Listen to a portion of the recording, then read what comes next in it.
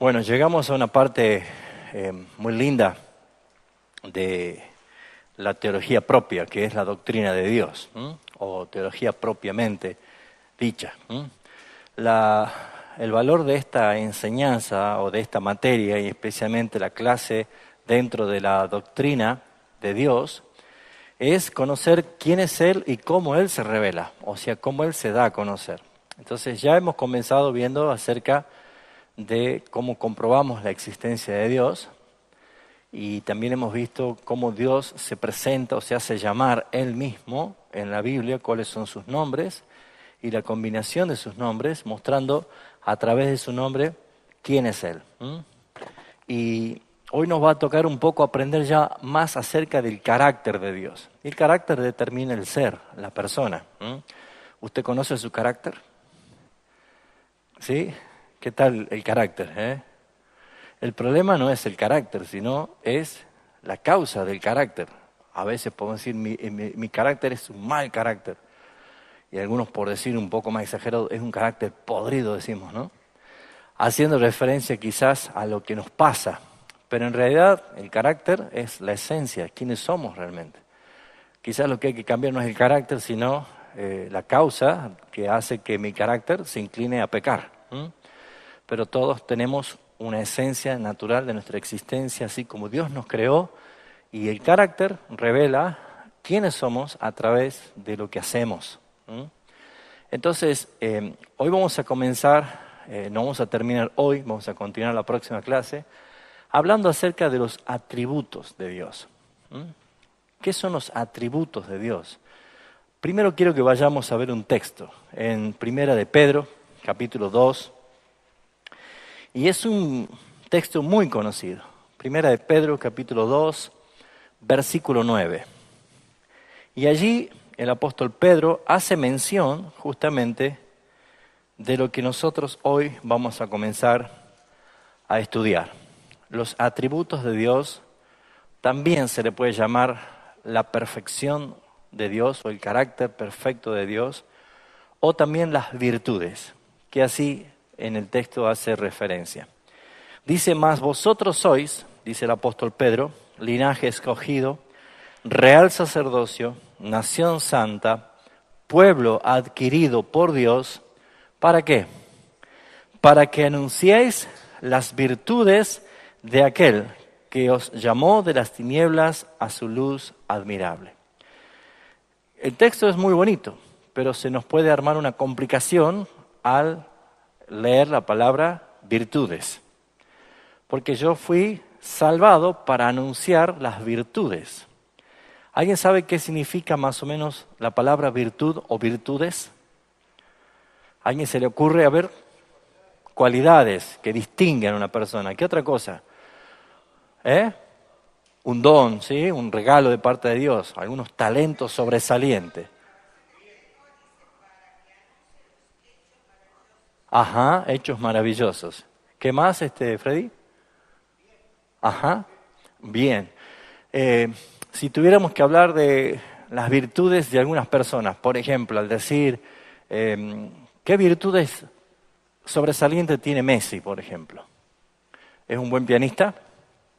No, es muy buen jugador de fútbol y a lo mejor no tiene virtudes para otras cosas, ¿sí? Uno puede hablar de virtudes que pueden tener una mujer que es cocinera o un varón que es cocinero, un chef, ¿sí? Tiene virtudes para la cocina.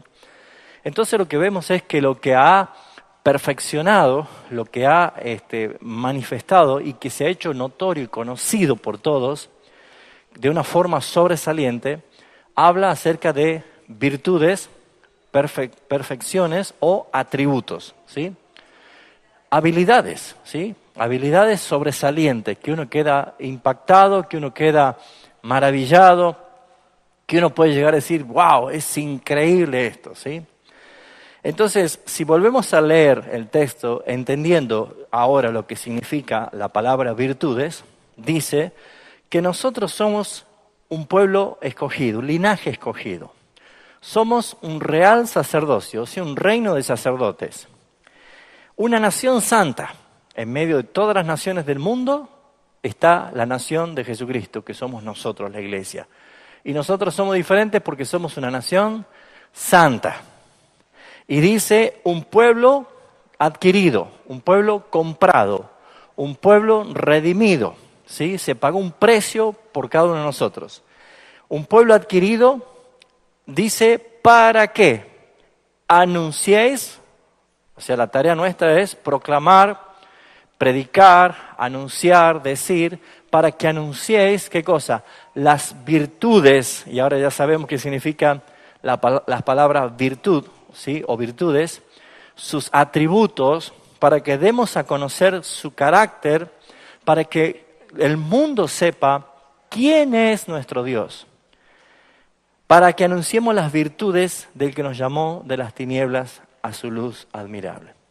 Entonces, voy a basar esta tarde la enseñanza de atributos de Dios según el manual de teología sistemática del Dr. Wayne Grudem, ¿sí? Que es a quien en el seminario William Carey estamos estudiando, que es muy lindo, ¿sí?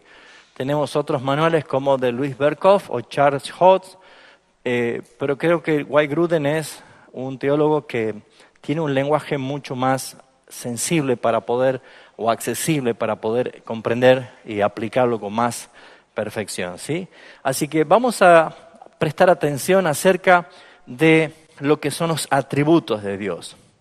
Al llegar a hablar del carácter de Dios, nos damos cuenta de que no podemos decir de una sola vez quién es Dios, puesto que Él es infinito, Él es grande. Y una de las cosas que nos permite y nos sirve la teología sistemática, ¿se acuerdan que hablamos la primera clase de qué significa teología sistemática? Es un sistema de estudio teológico ordenada por temas, ¿sí? Si nosotros hacemos teología bíblica, comenzamos de Génesis, terminamos en Apocalipsis, en una revelación progresiva. Cuando hablamos de teología sistemática, estamos hablando de temas, ¿sí? O sea, nosotros podemos encontrar, por ejemplo, el tema del pecado desde Génesis hasta Apocalipsis, pero no lo tenemos ordenado por capítulos, sino que en toda la Biblia se menciona. Entonces, la teología sistemática me permite a mí entrar a la palabra y sacar todos los textos que hacen referencia a un tema que yo quiero estudiar y poder armar de esa forma un compendio de una estructura doctrinal que yo quiero aprender. Los atributos de Dios lo podemos conocer a través del uso de la teología sistemática. ¿Por qué? Porque nosotros vamos a estudiar el carácter de Dios como Él se da a conocer a través de toda la Biblia, ¿sí? Entonces, lo que nosotros podemos hacer mención es que al hablar de atributos de Dios, necesitamos entender que Dios revela en la Biblia dos tipos de atributos, ¿sí? Como un conjunto de varios atributos. Pero lo primero que tenemos que saber nosotros es que Dios no es igual a nosotros, ¿sí? Él es el creador, nosotros somos sus criaturas. Por lo tanto, nosotros somos hechos a su imagen, conforme a su semejanza, pero Dios trasciende todo. Entonces, lo que tenemos que ver nosotros es que los atributos o carácter o perfección, hay atributos que son incomunicables y hay atributos que son comunicables. ¿Qué quiere decir los atributos incomunicables de Dios? Son los atributos que Dios no comunica a otros, o sea, Dios no transmite a otros. ¿Qué son los atributos comunicables de Dios? Son atributos o perfecciones o cualidades que Dios sí transmite a otros. Por ejemplo, levante la mano aquí los que están presentes. ¿Cuántos de ustedes son omnipresentes? No, nos gustaría, ¿cierto? Pero no estamos en todo lugar, en todo momento. Ahora, ¿quién es Dios? Según Dios, en su palabra, nos muestra que uno de sus atributos incomunicables es que Dios sí está en todo lugar, en todo momento. Por lo tanto, para poder distinguir acerca de los ejemplos de los atributos incomunicables, usted podría notar algunos cuantos entre muchos que tiene Dios. Por ejemplo, los atributos incomunicables son la eternidad de Dios, ¿sí? Nosotros no somos eternos porque un día fuimos creados para vivir eternamente, pero Dios es eterno, Él es increado, Él existió siempre, ¿sí? Entonces, la eternidad de Dios es uno de los atributos. El otro es la inmutabilidad de Dios, que Él no cambia. Su ser no cambia. El otro puede mencionarse como la omnipresencia o la omnisciencia o la omnipotencia de Dios, ¿sí? Como para poder entender que Dios tiene en su esencia, en su naturaleza, atributos que solamente le pertenecen a Él, ¿sí? El hombre no puede tener este tipo de atributos porque no han sido comunicados por Dios, porque son incomunicables, ¿sí? Porque el hombre nunca jamás va a tener esos atributos, solamente corresponden a Dios. Ahora, el ejemplo de los atributos comunicables, o sea que Dios sí decide hacernos a nosotros partícipes, por ejemplo, los atributos comunicables como el amor, ¿sí? Dios es amor y Dios ama, pero también nos permite a nosotros poder amar como Él ama. Ese es uno de los atributos comunicables que nosotros podemos tener. El conocimiento. Dios nos permite a nosotros también adquirir conocimiento, alcanzar conocimiento. Lo que nosotros estamos haciendo hoy al estudiar es parte de la gracia de Dios al comunicarnos este atributo, es el conocimiento. Podemos nosotros alcanzar conocimiento. Otro tipo de atributo comunicable es la misericordia. Dios es misericordioso y también se nos transfiere a nosotros este atributo para que nosotros también podamos tener misericordia. También la justicia es un atributo de Dios comunicable porque Dios nos permite a nosotros también poder obrar en justicia. Entonces, como verán, por dar ejemplos, Dios en su carácter, como Él se muestra sus perfecciones, sus virtudes, a través de quién es Él y lo que Él hace. Entonces, si volvemos a citar el texto que hemos leído de 1 de Pedro 2:9, ahora entendemos que cuando dice la palabra del Señor, que nosotros somos un pueblo escogido, un real sacerdocio, una nación santa, un pueblo adquirido por Dios, para que anunciemos sus atributos, sus perfecciones, sus virtudes, es justamente conocer quién es Dios. ¿Sí o no? Debemos conocer a Dios. A mí me gustaría contar con detalles el lugar que yo pude conocer. Y les puedo decir hasta cómo se siente la brisa. Pero yo no podría contar de un lugar que no conozco. Necesito yo ir a ese lugar y estar allí, ver, sentir, palpar, oler, conocer, para que entonces mi testimonio sea fidedigno, sea real, porque no me lo contaron, sino porque yo mismo lo experimenté. Esta es la idea por qué Dios se revela, porque Dios quiere que le conozcamos. Dios es glorificado cuando nosotros le conocemos, porque a medida que le conocemos, podemos hablar y dar testimonio de quién es nuestro Dios. Si ustedes me acompañan al capítulo 17 de Hechos de los Apóstoles, cuando Pablo está en Atenas, ¿se acuerdan este suceso histórico? Hechos capítulo 17.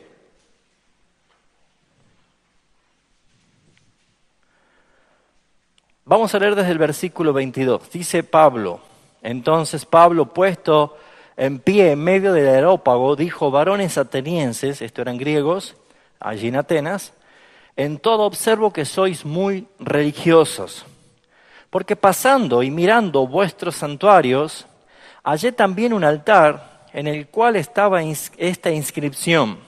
¿Qué decía la inscripción? al Dios no conocido.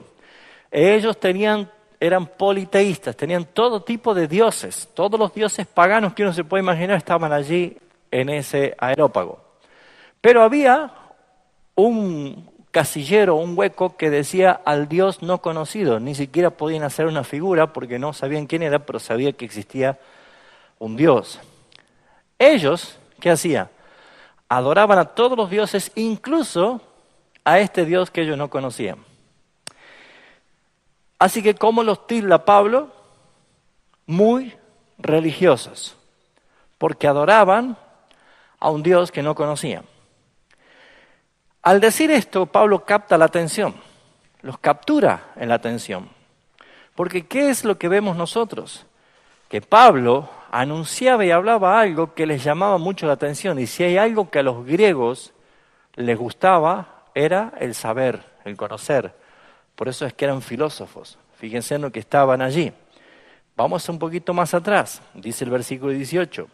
Y algunos filósofos de los epicúreos, fíjense ustedes, decían, los estoicos disputaban con él diciendo qué querrá decir este palabrero. Ahora fíjense en que Pablo sabía que estaban allí los filósofos, los grandes pensantes de Atenas, discutiendo por lo que Pablo hablaba y los trataba como un palabrero. Entonces dice que Pablo comenzó a predicar el Evangelio. Versículo 18 al final dice, parece que es predicador de nuevos dioses, decían ellos, porque les predicaba el Evangelio de Jesús y de la resurrección. Y tomándole, o sea, no es que Pablo fue, sino que lo agarraron a Pablo y lo llevaron de prepo y lo pusieron allí como un anfiteatro y se llenó de filósofos todo a escucharlo. Así que Pablo era la oportunidad de él, ¿no?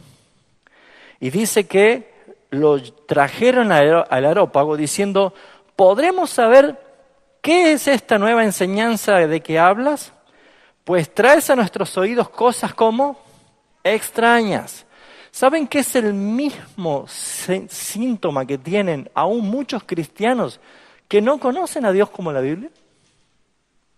¿Saben que hay muchos cristianos que cuando empiezan a hablar de atributos de Dios, nunca, ni siquiera escucharon hablar la palabra atributos? Hay muchos cristianos que dicen, yo adoro a Dios, canto a Dios, sirvo a Dios, pero no lo conocen. Y en algún momento se tendrán que sentar a escuchar quién es este Dios, porque Pablo les abre la cabeza, no con otras filosofías, sino con el Evangelio. ¿Sabe con qué se nos abre la cabeza a nosotros? Con el Evangelio de Jesucristo. Y el Evangelio no es la puerta de inicio de la vida cristiana. Como dicen, sí, a mí ya me predicaron el Evangelio hace 30 años cuando me entregué a Cristo. No. El Evangelio no es el ABC, es el A hasta la Z. Todos los días debes conocer las maravillas de Cristo. Lo que Pablo estaba haciendo era hablarles del Evangelio. Y eso dice que para sus oídos, versículo 20, eran cosas extrañas y que despertó en ellos. Queremos pues saber qué quiere decir esto. Y mire lo que está entre paréntesis. Porque todos los atenienses y los extranjeros residentes allí, en ninguna otra cosa se interesaban sino en decir o en oír algo nuevo. Sabio Pablo, ¿no? Entonces allí, cuando Pablo se pone en pie en medio del areópago, dice, varones atenienses, observo que sois muy religiosos, porque pasando y mirando vuestros santuarios, hallé también un altar en el cual estaba esta inscripción, al Dios no conocido, al Dios que vosotros adoráis, pues, ¿qué dice allí? Dígalo fuerte, sin conocerle. ¿No le pasa a usted que en algún momento o ahora está en esa transición y diciendo, ¿no seré yo también uno que está en el areópago que adoraba a un Dios que no conocía realmente? Porque ¿qué es lo que yo conozco de Dios? Yo podría dar un lápiz y un papel y que empiece a escribir la lista de todo lo que usted conoce de Dios.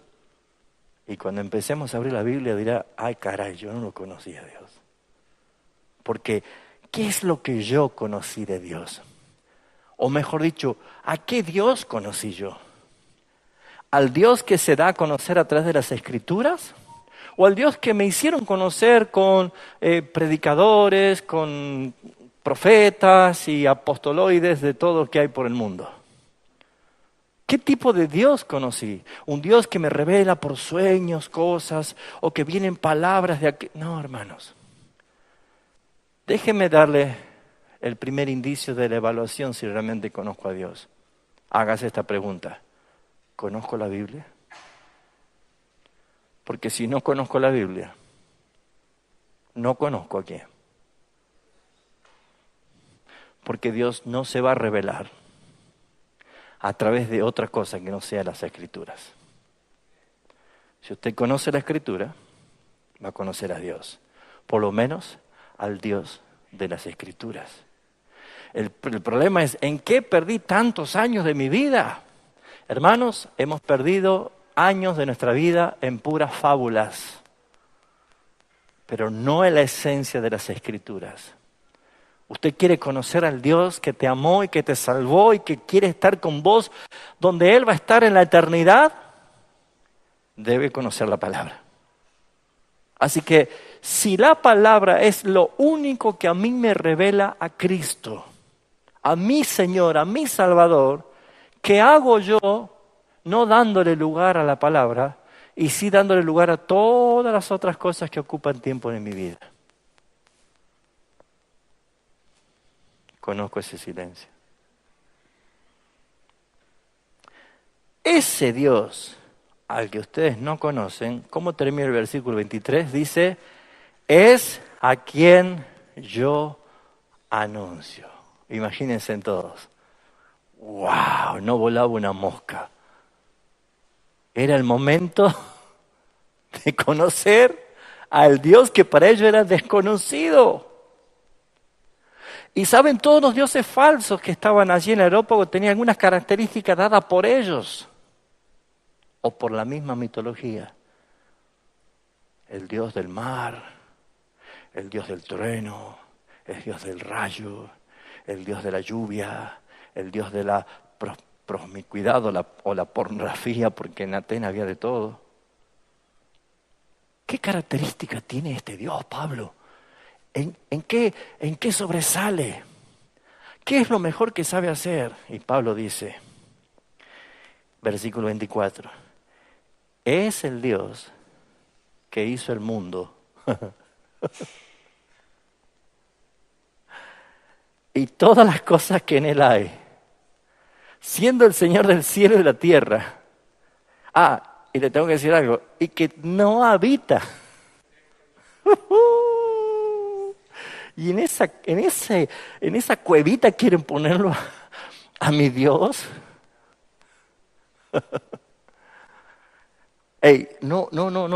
No hay lugar para contenerlo. No habita en esa casillita, en ese nicho que ustedes le han hecho allí. No habita en templos hechos por manos humanas. Ni es honrado por manos de hombres.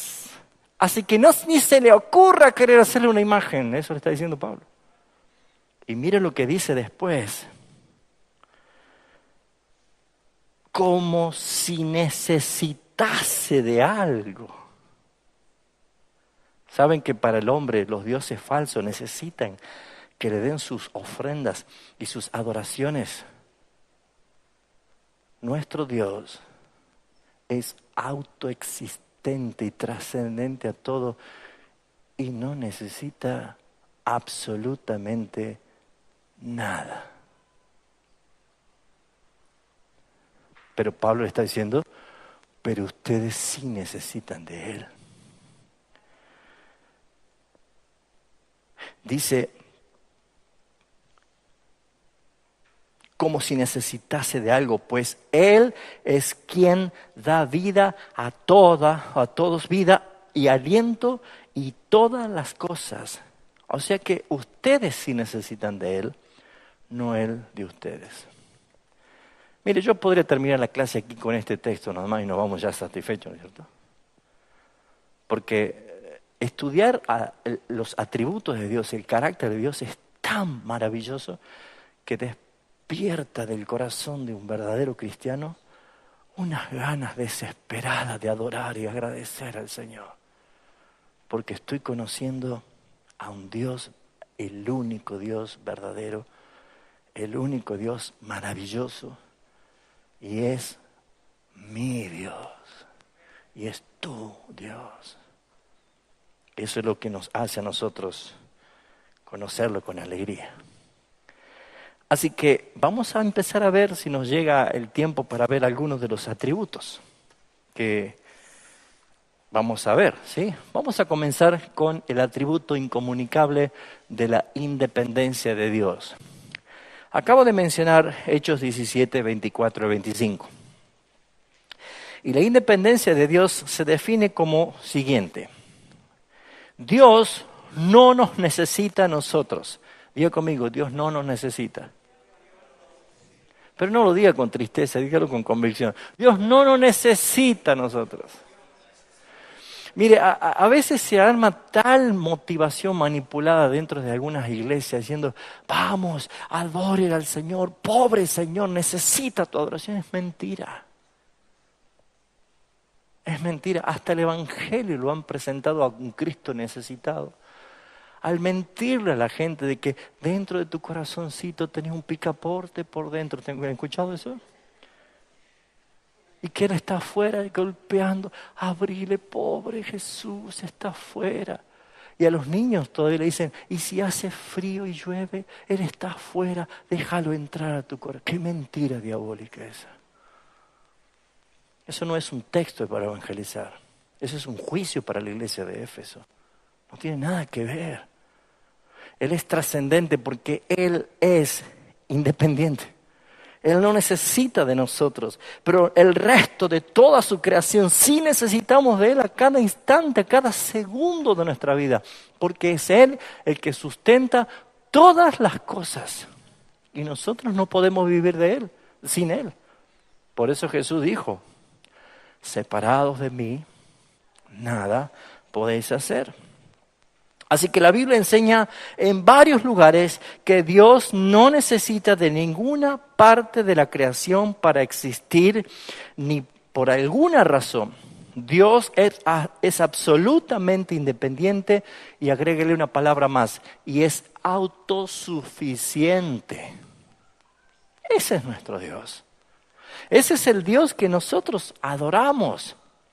Y lo que vemos nosotros es que, según la escritura que acabamos de leer, el apóstol Pablo dice, ese Dios que ustedes adoran y no le conocen, ese es el Dios que yo anuncio y predico. Él es el creador de todas las cosas, del cielo, de la tierra. Es el Señor el que hace todas estas cosas. Ahora, fíjense ustedes que la implicación es que Dios no necesita nada de la humanidad, porque necesitamos saber y entender y convencernos que Él es trascendente, que Él está por encima de todos. ¿Me quieren ayudar con algunos textos? Alguien que busque Job, capítulo 41, versículo 11. Y otro que busque el Salmo 50, versículos 10 y 12. A ver, ¿quién lee Job primero? Job 41, 11. Y el Salmo 50, 10 y 12. ¿Quién tiene Job? Léalo fuerte. Rápido. 11, 41, 11. Salmo 5.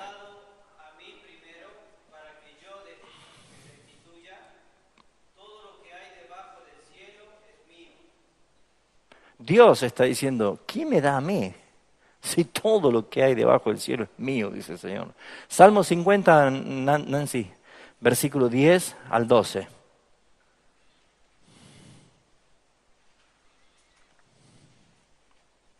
¿Está? Salmo 50. A ver quién lo tiene. Fuerte, que lo tenga. Nicolás.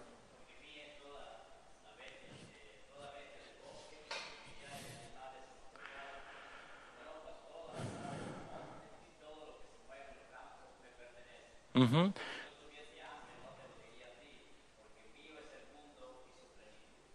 No te lo diría a ti, si yo tuviese. Pero él no tiene ninguna necesidad porque él es autoexistente y autosuficiente. Ahora, fíjense ustedes que si hay alguien que quiere transferir adoración a un dios, entre comillas, llamámosles dioses falsos, es porque supuestamente eso le da gloria. Dios ni siquiera necesita de nuestra adoración para que Él reciba gloria.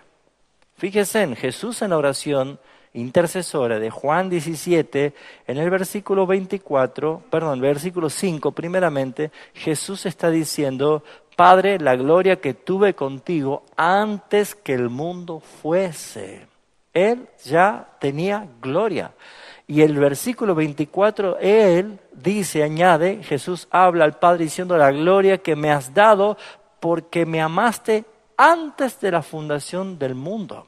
O sea, lo que estamos viendo acá es que ni siquiera el Señor necesita gloria que le demos nosotros, porque la gloria está en Él. ¿Se entienden, mis hermanos? O sea, el propósito de toda la creación es glorificar a Dios. El fin de todos los seres humanos es glorificar a Dios. Pero Dios no necesita. Él es glorioso sobre todas las cosas. Con respecto a la existencia de Dios, ¿sí?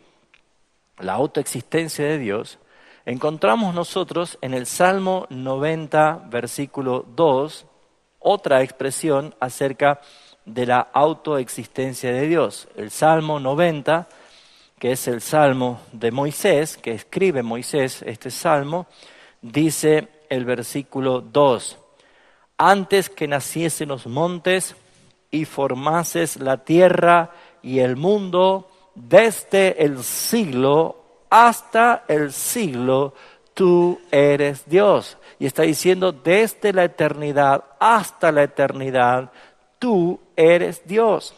Él es autoexistente, Él está por encima de todas las cosas, Él es independiente.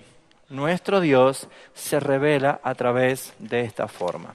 Vamos a ver otro atributo más y vamos a ver algunos aspectos del atributo de la inmutabilidad de Dios.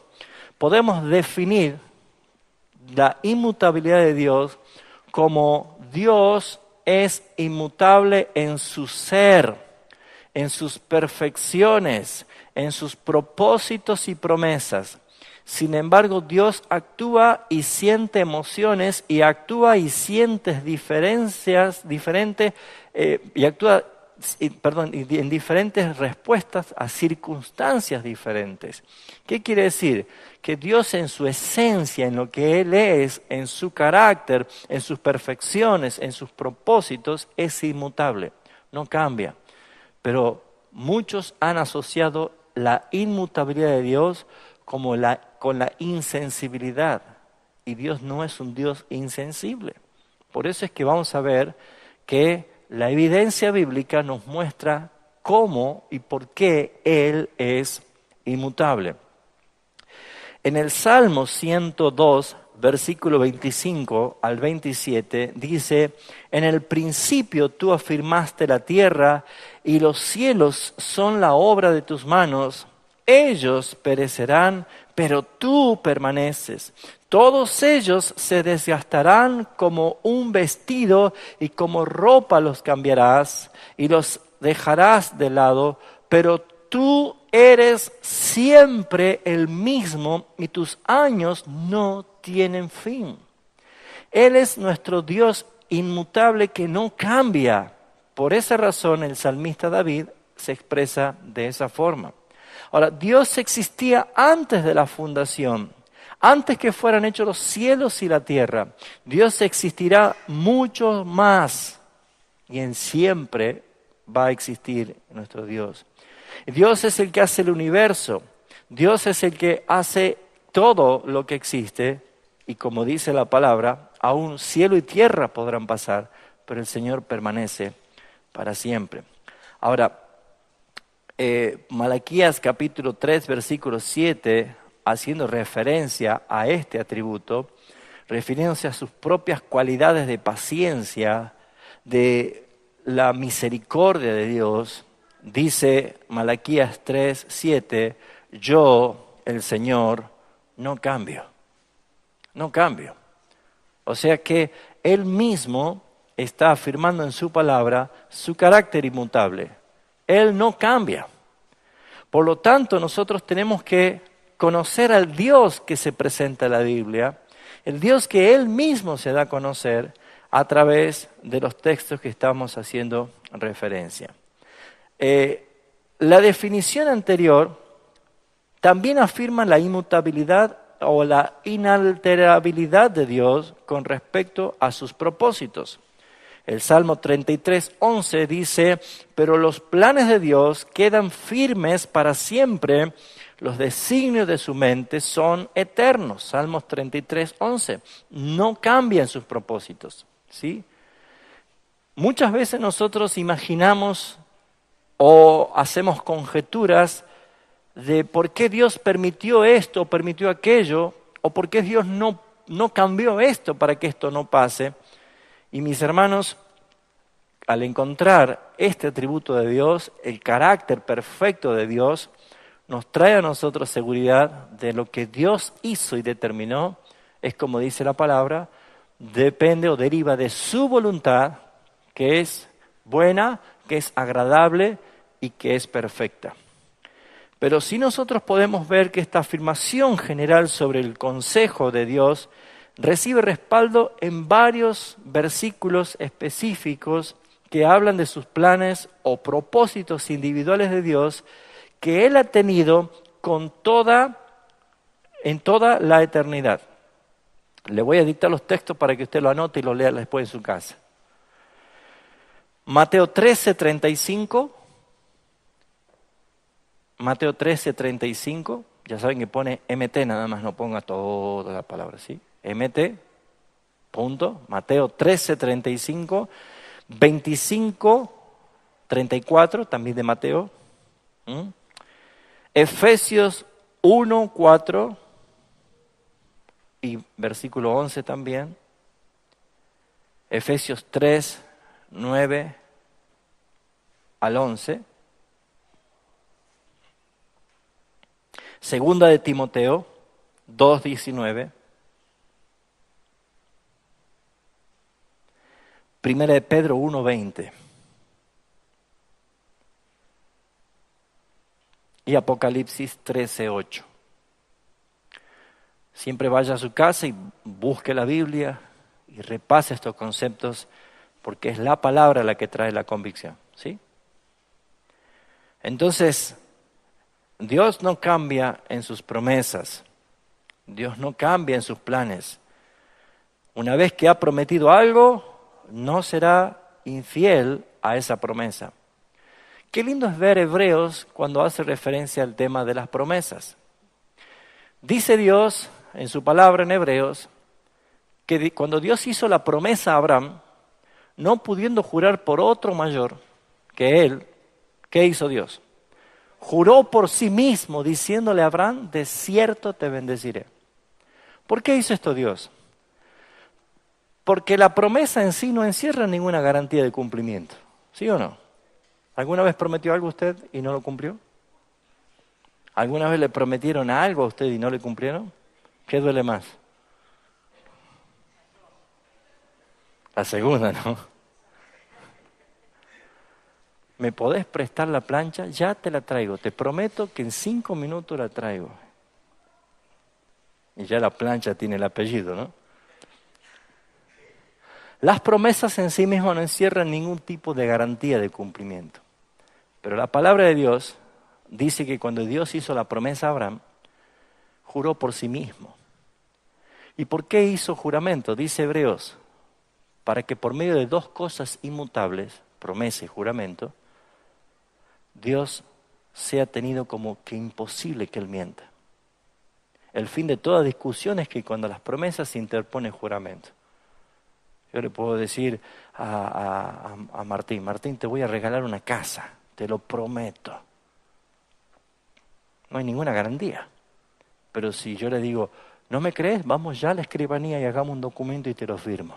¡Epa! Ahí la cosa cambia. Porque lo que acabo de hacer yo es, a la promesa es juramentarla a través de un documento que es válido.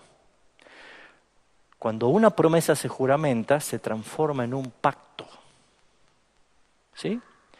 Ese pacto, traducida del griego, es la misma palabra que se utiliza para hablar de testamento. Un pacto juramentado, una promesa juramentada se transforma en un testamento.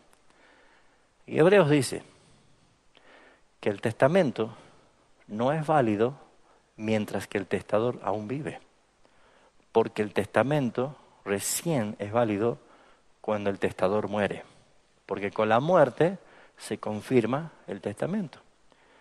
Y sabe, para que Dios no sea tenido por mentiroso, porque es imposible que Él mienta, a lo que prometió, lo juramentó. Y cuando lo juramentó, se hizo un pacto en Cristo, un nuevo pacto. Y para que el pacto sea en verdad hecho una herencia para nosotros, porque sabe que somos herederos. ¿Cuántos saben que somos herederos? No imponga cara de heredero, por lo menos. La herencia es factible porque Cristo, que fue el testador, también Él murió. Y porque Él murió, el testamento ahora es válido. Ya somos legítimamente herederos. Y Cristo no solo fue el testador y no solo fue el que murió, sino que Él resucitó para ser el fiador. ¿Sabe lo que es el fiador? Es el escribano que lo reúne a toda la mesa y dice, esto te corresponde a vos por herencia, esto es para vos. O sea que Cristo garantiza nuestra herencia. Por lo tanto, la fidelidad de Dios, de sus promesas, es inalterable, es inmutable. Por eso es que nosotros tenemos el gozo más grande que nadie puede tener. Porque según alguien se puso a contar que dice que hay más de 32.000 promesas en la Biblia. Y usted dirá, pero ¿cómo puede ser que yo no le pegue ni una, Señor? ¿Es porque Dios cambió? No. ¿Es porque perdiste tu herencia? No. Es obvio. ¿Por qué no? Porque la herencia es para que la goce y la disfrute los hijos mayores, los maduros. ¿Sí o no? El sábado le decía a los jóvenes, yo tengo a mi hijo Pedro que ya tiene 19 años y él es dueño también de mi camioneta que yo tengo. Si Pedro me dice, papá, ¿me das la camioneta? Aunque no sabe manejar todavía, pero yo le tendría que dar porque él es dueño de la camioneta, porque ya es mayor de edad. Pero Josué tiene 11 y es tan heredero como Pedro. Y si me dice, papá, ¿me das la camioneta? ¿Qué hago yo? Y si él es dueño, él es heredero.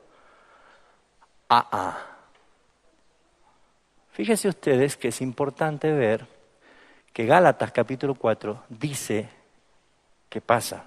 Vamos a Gálatas capítulo 4. ¿Cómo es que nosotros podemos gozar de las herencias? Gálatas capítulo 4 hace mención a que somos nosotros herederos juntamente con Cristo, pero mire lo que dice allí. Pero también digo esto, dice el capítulo 4, versículo 1. Entre tanto que el heredero es niño, en nada se diferencia de un esclavo, aunque sea señor de todo.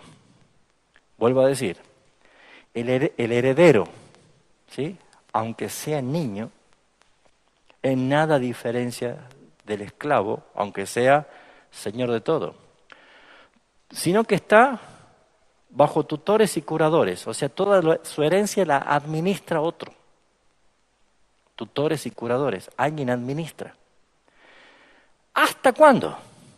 Hasta el tiempo señalado por el Padre. Y acá es donde quiero hablar acerca de una palabra que ustedes escuchan muchas veces diciendo la palabra adopción. Nosotros fuimos adoptados por Dios como hijos suyos. Pero la palabra adopción del griego que nosotros tenemos, la traducción, no es con el mismo sentido que nosotros conocemos y utilizamos la palabra adopción. Para nosotros la palabra adopción es prohijar a un niño como si fuera mi propio hijo y hacerlo heredero. ¿Sí? Eso es adopción, es prohijar a un niño y darle mi apellido y nombrarlo como si fuera mi propio hijo y es heredero de todo. Pero la palabra adopción, según la Biblia, lo que nosotros estamos viendo acá, es la palabra, si ustedes ven acá más abajo, el versículo 5, dice, para que redimiese a los que estaban bajo la ley, a fin de que recibiésemos la adopción de hijo. Esa palabra adopción es una palabra griega que se traduce como la palabra huios, o la aplicación de la adopción significa la palabra huiostesias, que significa declarar la mayoría de edad de su hijo. Por ejemplo, ¿cuándo se dio esta huiostesias y en quién? Jesús apareció a los 30 años, la edad de la plenitud de un hombre, que inicia la plenitud de un hombre. A los 30 años apareció en el río Jordán. Allí estaba Juan el Bautista bautizando, ¿sí? ¿Y saben quién era Juan el Bautista? Era su primo hermano. Sabía que Jesús era su primo hermano, pero cuando lo vio fue un día especial. Y él no dijo, ahí viene el hijo de mi tía María. No dijo eso. Dijo, he aquí el Cordero de Dios que quita el pecado del mundo. Cuando él entra al agua, Juan dice, ¿qué estás haciendo? Y él dice, bautízame. Dice, pero no, yo no soy digno. Yo tengo que ser bautizado por ti. Y él dice, es necesario que se cumpla lo de mi Padre. Porque ¿qué es lo de mi Padre? Hasta el tiempo señalado por el Padre. Cuando él se bautiza, ¿qué pasó? El cielo se abrió y se escuchó una voz, ¿de quién? Del Padre, que dijo, este es mi Hijo amado, de quien tengo complacencia. Lo que hizo el Padre es huiostesias. A partir de ese momento, Jesús, 100% hombre, siendo 100% Dios, comienza él a usar el poder que el Padre le había dado. ¿Se entiende esto? Porque entró a un tiempo de madurez. Esto es algo que nos enseña a nosotros. Yo debo madurar, porque mientras sea niño, no puedo usar las cosas que me da el Padre, porque el niño no tiene valor, o el sentido del valor de las cosas. Si yo le digo Bautista, y ya se me durmió, y en mi mano acá tengo un lingote de oro y acá tengo una barrita de chocolate, le digo, ¿qué querés, Bautista? ¿Qué va a elegir él? ¿Y el papá?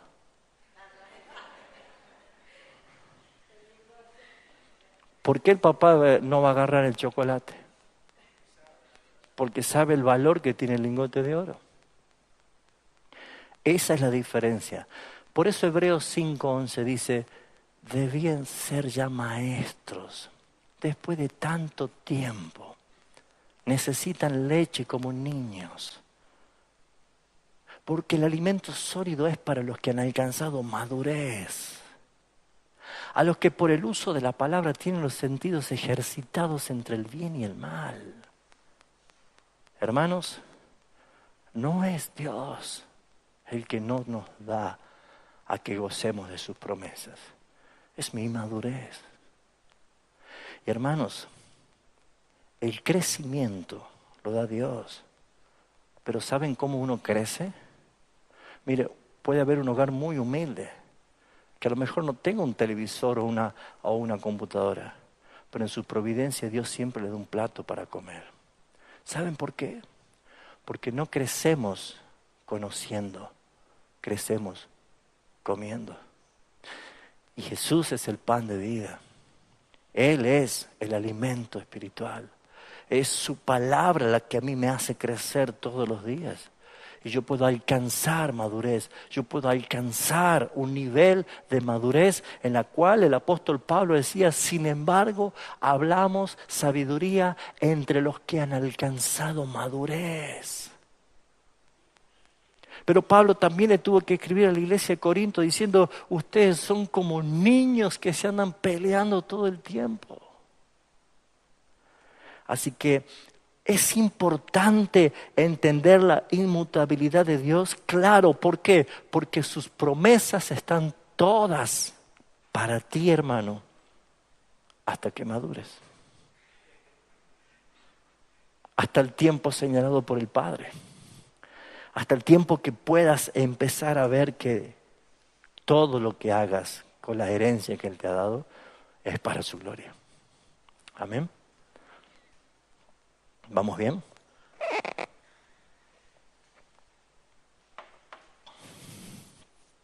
Si hay preguntas, me van parando y podemos responder algo, ¿sí? Para que no se. A los 30 años. Sí, la Biblia lo dice así. Y fue 3 años y medio. Si nosotros hubiéramos sabido que Jesús a los 8 años es hijo de Dios, ya lo poníamos a predicar, a que ore a la gente, ¿no? Pero eso también nos enseña algo a nosotros. Hay 3 etapas: casa, ciudad y reino. Y saben, la gente dice, yo quiero servir al Señor, quiero ir a las naciones, todo. Pero saltean lo más importante. ¿Cuántos años estuvo Jesús en el nivel casa? 30 años. 30 años. ¿Y nivel ciudad? 3 años y medio. Y de ahí más, reino para toda la eternidad. Hoy todo el mundo quiere hacer cosas y vamos para conquistar las naciones y todo esto. Ey, pare. ¿Y el nivel casa? ¿Y por casa cómo andamos? ¿Y su mujer? ¿Y su esposo? ¿Y sus hijos? Porque eso es legalidad de Dios. ¿Saben por qué? Porque a Jesús lo pusieron preso, pero no tenían de qué acusarlo. Tuvieron que pagar para que mientan a alguien. Porque 30 años en una vida intachable en su casa, ni un vecino tenía una queja para él. ¿Quieren saber si usted es un hermano de buen testimonio? No vamos a ir a visitarlo a usted. Vamos a ir al vecino. Buenas. ¿Cómo es el vecino que vive al lado? Pase, tome unos mates y les cuento. O vamos al jefe. Perdón, ¿cómo es el empleado este? Vamos al almacenero. ¿Tiene alguna deuda pendiente ese vecino? Porque el testimonio no lo ponemos nosotros. La Biblia dice que nuestro testimonio por sí mismo no es válido. El testimonio lo da los de afuera. Entonces, ¿por qué Jesús nos muestra esto? Hebreo dice, puesto los ojos en Jesús, autor y consumador. Miren lo que Jesús hizo, dice la palabra. 30 años en nivel casa. Irreprochable. Ordenen su vida, ordenen sus casas. Eso se llama legalidad de Dios. Hermano, yo quiero ir a las naciones y predicar, pero viven en una casa que viven 7 familias, todos con un solo medidor. No es legal. Bueno, pero Dios bendice, hermano. Ahora viene el mundial, tenemos entre 4 vecinos el videocable. Todo pinchado así. Hermano, eso no es bendición. No es bendición. La sexualidad en el matrimonio no es un acto genital. Comienza siendo espiritual en Edén. Y saben, muchas veces le culpan a la pobreza. Y no es legal que sus hijos duerman en la misma habitación con sus padres, por más que estén dormidos. No, mis hermanos, exactamente. Si nosotros vamos a la palabra que dice que es viva, la palabra dice que es útil. ¿Para qué? Para corregirnos, para convencernos, para instruirnos. Es que no tengo otra habitación. Bueno, deje de tomar tanta Coca-Cola, deje de ir a la cancha, deje de gastar y junte plata y hágase una habitación y saque a sus hijos de allí. Es legalidad. Por eso ser santo en este mundo cuesta y duele. ¿Sí o no? Pero el tema es que esos 3 niveles de Jesús nos enseñan a nosotros. Casa, ciudad y reino. Antes de querer hacer algo allá, veamos cómo estoy acá. Si trato a mi esposa como vaso más frágil, si soy obediente a mi esposo, si mis hijos están en sujeción, si somos de testimonio. Pero ya me sacaron del tema.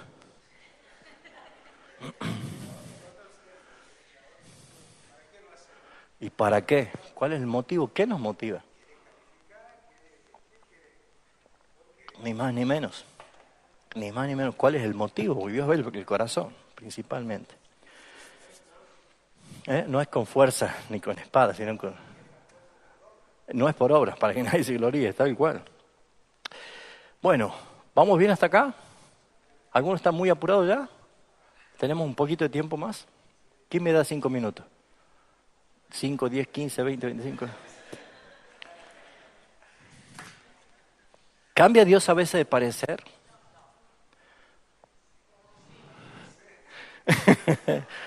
Ni van a decir oso.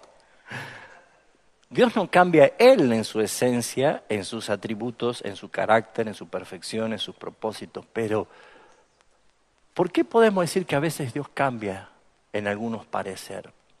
¿Qué pasó con Jonás y Nínive? Ajá. ¿Qué pasó con Jonás y con Nínive? ¿Qué le dijo? ¿Cuál es el mensaje que tenía Jonás? Un nacionalista, bien republicano. Estos van a saber quién es Dios.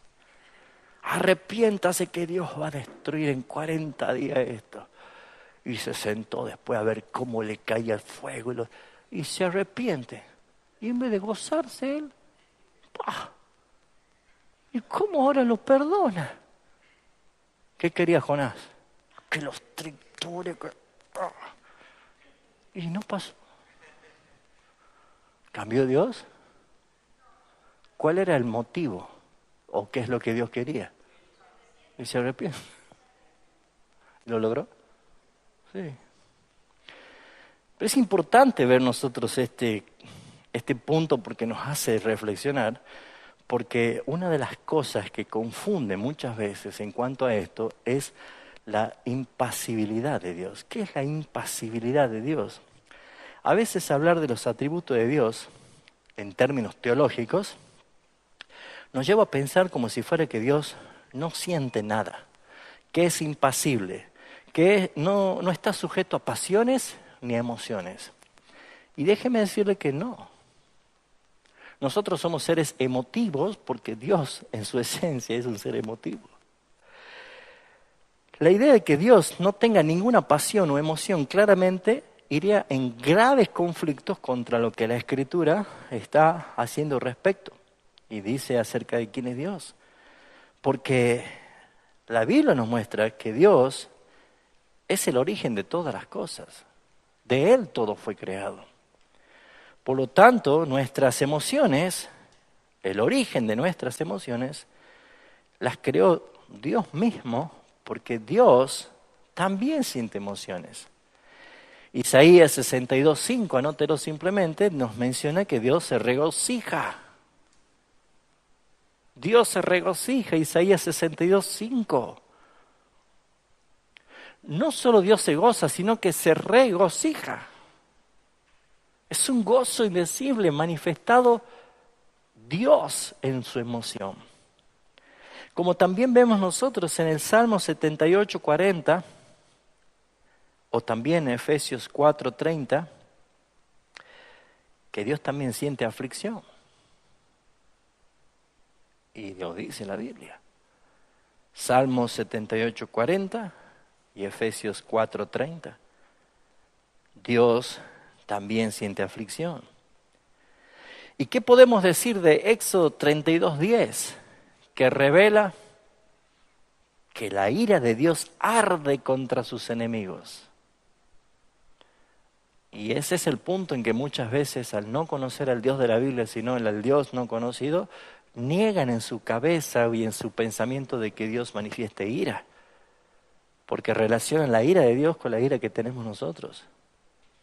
Que no hay una heladera que no tenga una patada, o una trompada, o unos platos rotos. Porque la ira nuestra está contaminada del pecado. La ira de Dios es santa. Pero Dios, la Biblia dice que Dios tiene ira. Es más, Romanos 5:9 dice que seremos salvos, no del infierno, no de Satanás, sino dice, seremos salvos de la ira de Dios. Y glorioso es ver esto, que Dios nos salvó de Dios. En su misericordia nos salvó de su ira. Porque es la ira de Dios la que debemos nosotros considerar que es un acto de justicia de Dios. Éxodo 32:10 habla de eso. Ahora el Salmo 103, versículo 13 dice que nuestro Dios se compadece de sus hijos y de toda su creación. Isaías 54:8 dice que Dios ama con amor eterno. Isaías 54:8. Dios ama con amor eterno. Y entre muchas otras textos y evidencias que incluso podemos ver que Dios canta sobre nosotros y se goza con alegría. ¿Se puede imaginar a Dios cantando? Dios es un Dios cuyas pasiones habremos de imitar por toda la eternidad. Y la expresión del Dios invisible es a quien Él se dio a conocer en Cristo. Le veremos a Él y por una eternidad le vamos a imitar a Él. Y Él se reía, Él se gozaba, Él cantaba, Él se dolía, se entristecía. Esas son las perfecciones que nosotros vemos de un Dios vivo porque tiene cualidades de una persona. Dios es infinito y personal. No sé si voy a llegar ya. Dios es infinito y personal. La culpa de ustedes que me sacan del tema. A diferencia de otros sistemas de teología, la Biblia nos enseña que Dios es a la vez infinito, pero a la vez es personal. Lo voy a poner con términos más complicados. Es trascendente y es inmanente. ¿Sí? ¿Qué es la trascendencia y la inmanencia de Dios? Dios está por afuera de todo, por encima de todo el universo, de todo lo que existe, Dios está por encima. Eso es trascendencia. Nada de lo que sucede en lo creado lo afecta a Él. Dios no transpira, ni se pone nervioso, ni tartamudea. Nunca, porque trasciende todo. Ese es Dios que podemos hablar de la complejidad de Dios en su grandeza. También es inmanente, o podemos conocer la simpleza de Dios al relacionarse con nosotros. Es un Dios personal. Es un Dios que trasciende el universo, que es eterno, que es grande, que está en su complejidad de poder entender lo grande que es con nuestra mente, pero sin embargo, Él oye mi oración. Escucha mi clamor. Se detiene para respondernos, para sacarme del pozo de la desesperación. Vamos más adentro. Hasta conoce mis pensamientos. No llega la palabra a mi boca, el Señor ya sabe lo que estoy por decir, dice el Salmo 139. Dígame si no es extraordinario un Dios que es trascendente, grande, que hasta diga que cada cabello de nuestra cabeza está contado por Él y Él nos conoce. Que aún Él conoce el nombre de todas las estrellas, que Abraham no pudo llegar a contarlas. Porque Dios es infinito. Dios es infinito, pero también es un Dios personal. Y saben que muchas veces nosotros queremos orar a un Dios infinito. Por eso decimos, Señor, no sé si me vas a escuchar. A veces oramos cruzados, ¿no? Ponemos tanto de nuestro Dios infinito que pareciera que estamos tan lejos. Pero hermanos, es infinito, pero es personal. Escuche, no es grupal, es personal. Y hay un texto que a mí me emociona leerlo, saberlo, me maravilla. Está en el profeta Isaías, capítulo 41. Qué hermoso es leer esto. Ya con esto vamos a ir terminando.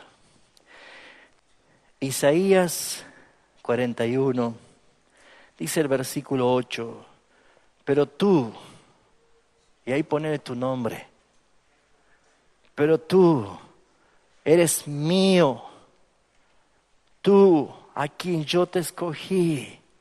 Versículo 9, porque te tomé de los confines de la tierra. Mire de personal que se refiere Dios.